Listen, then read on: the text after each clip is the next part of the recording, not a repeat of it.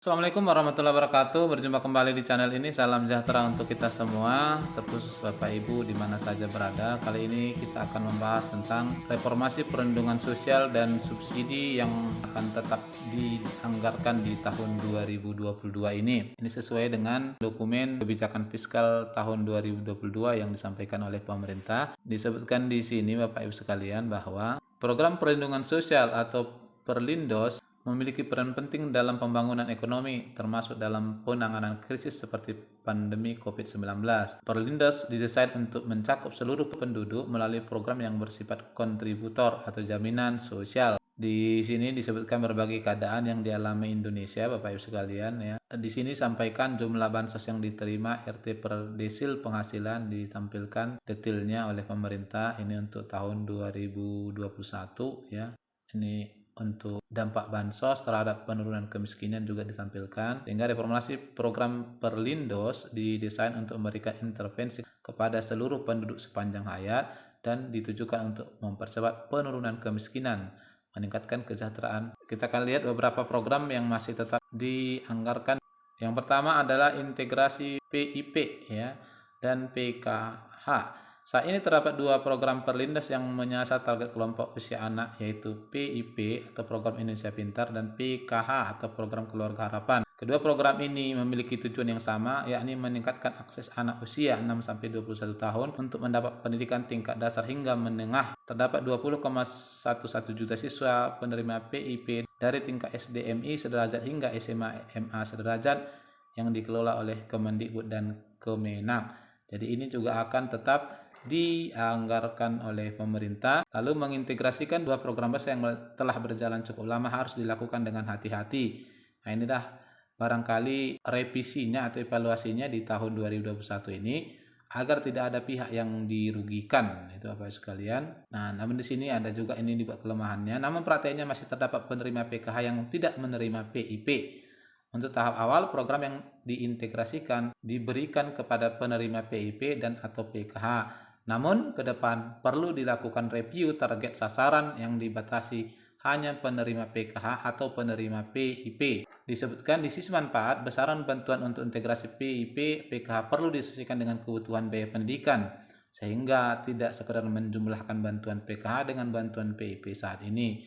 Salah satu opsi besar bantuan adalah dengan melihat komponen biaya pendidikan, khususnya biaya operasional bagi kelompok masyarakat 40% berpenghasilan rendah. Itulah barangkali Bapak Ibu sekalian program yang akan dilakukan terkait dengan PIP dan PKH. Lalu program jaminan sosial yang kedua adalah Bansos Lansia. Di tahun 2022 ini juga akan tetap dianggarkan. Indonesia sedang mengalami transisi demografi yang tercermin dari menurunnya populasi usia anak, meningkatnya usia kerja hingga sekitar tahun 2050, serta tumbuhnya populasi usia lanjut. Di sisi lain, data tingkat kemiskinan berdasarkan kelompok usia pada tahun 2019 menunjukkan bahwa kelompok penduduk usia lanjut cenderung memiliki tingkat kemiskinan lebih tinggi dibandingkan kelompok usia anak dan usia produktif ya. Jadi bansos lansia juga akan dialokasikan. Namun di sini ada beberapa poin yang perlu ya. Di sini disebutkan agar perluasan bansos lansia secara bertahap dapat berjalan lancar, terdapat beberapa faktor penting yang harus disiapkan, yaitu satu, dalam hal penargetan perlu ditentukan sasaran dan kriteria penerima yang jelas, termasuk mekanisme verifikasi dan validasi. Lalu yang kedua, skema penyaluran harus dibuat sederhana dan mudah diakses, mengingat kondisi lansia yang mobilitasnya semakin terbatas. Serta yang ketiga, diperlukan kesiapan institusi pelaksana program dalam semua aspek teknis dan regulasi. Lalu program sosial yang ketiga adalah bansos untuk penyandang disabilitas. Tahun 2022 ini juga masih akan tetap dianggarkan. Dalam penjelasannya disebutkan kondisi disabilitas sangat mempengaruhi tingkat kesejahteraan dikarenakan penyandang disabilitas harus mengeluarkan biaya lebih besar akibat kondisinya. Lingkungan penunjang maupun fasilitas publik yang belum memadai, yaitu adalah dasar-dasarnya, sehingga kemudian di tahun 2022 ini juga akan disesuaikan ya. Di sini besar manfaat pun dapat disesuaikan dengan mempertimbangkan meningkatnya kebutuhan biaya hidup. Jadi dalam hal ini anggaran yang diberikan akan disesuaikan terkait dengan peningkatan kebutuhan biaya hidup di tahun 2022. Lalu yang berikut adalah bantuan iuran jaminan kecelakaan kerja dan jaminan kematian bagi pekerja informal rentan.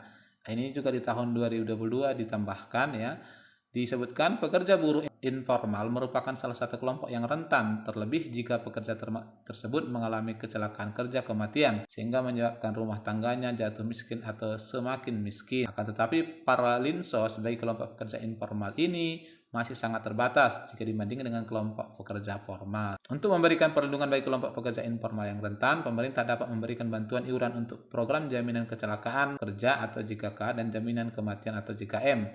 Pemberian bantuan ini melengkapi bantuan iuran JKN yang sangat ini telah diberikan bagi 96,8 juta jiwa. Jadi bagi pekerja informal juga tahun ini akan diberikan ya. Agar PB, JKK dan JKM dapat dilaksanakan, maka perlu dipersiapkan regulasi, sasaran dan kriteria serta mekanisme pelaksanaan program. Selain itu perlu dilakukan sinkronisasi dengan program serupa yang memberikan bantuan kepada kelompok pekerja informal, miskin dan rentan seperti asuransi nelayan. Lalu yang berikut adalah jaminan kehilangan pekerjaan. Nah, di tahun 2022 pemerintah tetap ya mengalokasikan dana untuk ini. Reformasi Paralinsos juga menyasar pekerja yang mengalami pemutusan hubungan kerja melalui jaminan kehilangan pekerjaan. Ini adalah salah satu yang baru ya, yang diamanatkan oleh Undang-Undang Nomor 11 Tahun 2020 tentang Cipta Kerja. Program ini bertujuan untuk mempertahankan derajat kehidupan yang layak pada saat pekerja atau buruh kehilangan pekerjaan. Jadi pemerintah dalam hal ini juga akan mengakomodir, dan disebutkan pemerintah telah menerbitkan peraturan mengenai pelaksanaan program JKP melalui PP nomor 37 tahun 2001 tentang JKP. Ini Bapak Ibu sekalian bisa dilihat lebih jelas di peraturannya ini ya. JKP dilaksanakan dengan mekanisme asuransi sosial. Dengan adanya iuran antar pemberi kerja dan pemerintah, manfaat yang diberikan berupa uang tunai diberikan setiap bulan paling banyak 6 bulan upah dengan skema 45% dari upah untuk 3 bulan pertama dan 25% dari upah untuk 3 bulan berikutnya. Itu barangkali teknisnya nanti. Yang berikut adalah transformasi subsidi LPG tabung 3 kg dan subsidi listrik rumah tangga.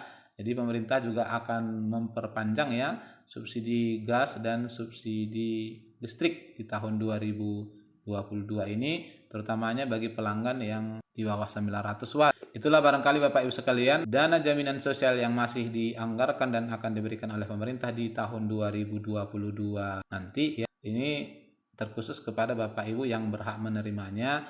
Di sini kalau kita perhatikan dari penjelasan tadi masih dialokasikan anggarannya oleh pemerintah.